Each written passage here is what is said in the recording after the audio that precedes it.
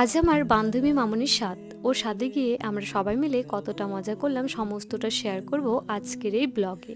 ও আমায় যবে থেকে বলেছে যে স্বাদে আসতে হবে, তবে থেকে আমি ভেবেই যাচ্ছি যে ও স্বাদে আমি কি নিয়ে যাব। কিছুদিন আগেই ওর গিয়েছে অ্যানিভার্সারি, তো সেই সময় ইনভাইট করা হয়েছিল, তবে আমি যেতে পারিনি।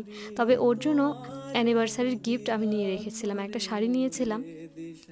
আর আমি এদিকে শুধু ভেবেই যাচ্ছি যে ওর স্বাদের জন্য আমি কী নেবো, যেহেতু একটা শাড়ি নিয়ে নেওয়া হয়েছে। আমার শাশুড়িমাকে আমি বললাম যে বান্ধবীর স্বাদে আমি কী নেবো। তো আমার শাশুড়িমা বললো যে শাড়িই নিতে হবে। তো আগের দিন ছিল শনিবার, মানে যেদিন আমরা মার্কেটিং করতে যাই যে ওর জন্য কিছু একটা নেব, এতটাই রাত্রেবেলা গিয়েছি যে সমস্ত দোকানপাটগুলো বন্ধ হয়ে গেছে। তো পরের দিন ছিল সানডে, আর সানডে তো দোকানপাট খুব একটা খোলা থাকে না।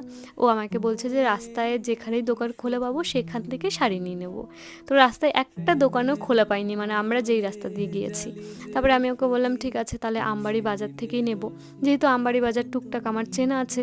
তো দু তিনটে দোকান খোঁজার পরেও আমার শাড়ি পছন্দ হচ্ছিল না।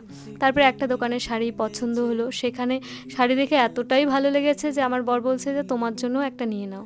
তো আমার বান্ধবীর জন্য একটা শাড়ি নেওয়া হয়েছে, আর আমার জন্য ওই একই সেম টু সেম একটা শাড়ি নিয়েছি। কোনো এক ভিডিওতে আমি তোমাদের সাথে শেয়ার করব। তো আমার বান্ধবী আমাকে বলেছিল যে সাদে তুই আমাকে সুন্দর করে সাজিয়ে দিবি। তো এই যে এটা ছিল ওর ফাইনাল লুক। আমি ওকে বলেছিলাম যে টিকলি পরিস তাহলে লুকটা অনেক সুন্দর লাগবে। আর আজকাল সাজে কিন্তু প্রত্যেকেই এরম সুন্দর করেই সাজে। আর মামনিকে সাজার পর কেমন লাগছে তোমরা কিন্তু অবশ্যই জানিও।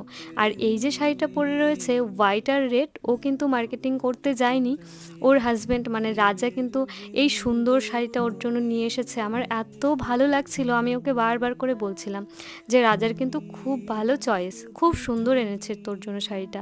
আর ওকে পরে কিন্তু খুব ভালো মানিয়েছে। মামনির ননদের কথা না বললেই নয়, এত গুণ মেয়েটার মধ্যে। এই যে মামনি ব্লাউজটা পরে রয়েছে, এই ব্লাউজটা ওর ননদ কিন্তু নিজে হাতে বৌদির জন্য বানিয়ে দিয়েছে।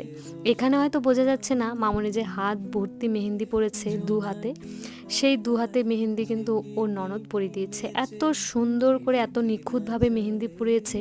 সত্যি একটা মানুষের মধ্যে যে এত গুণ থাকে।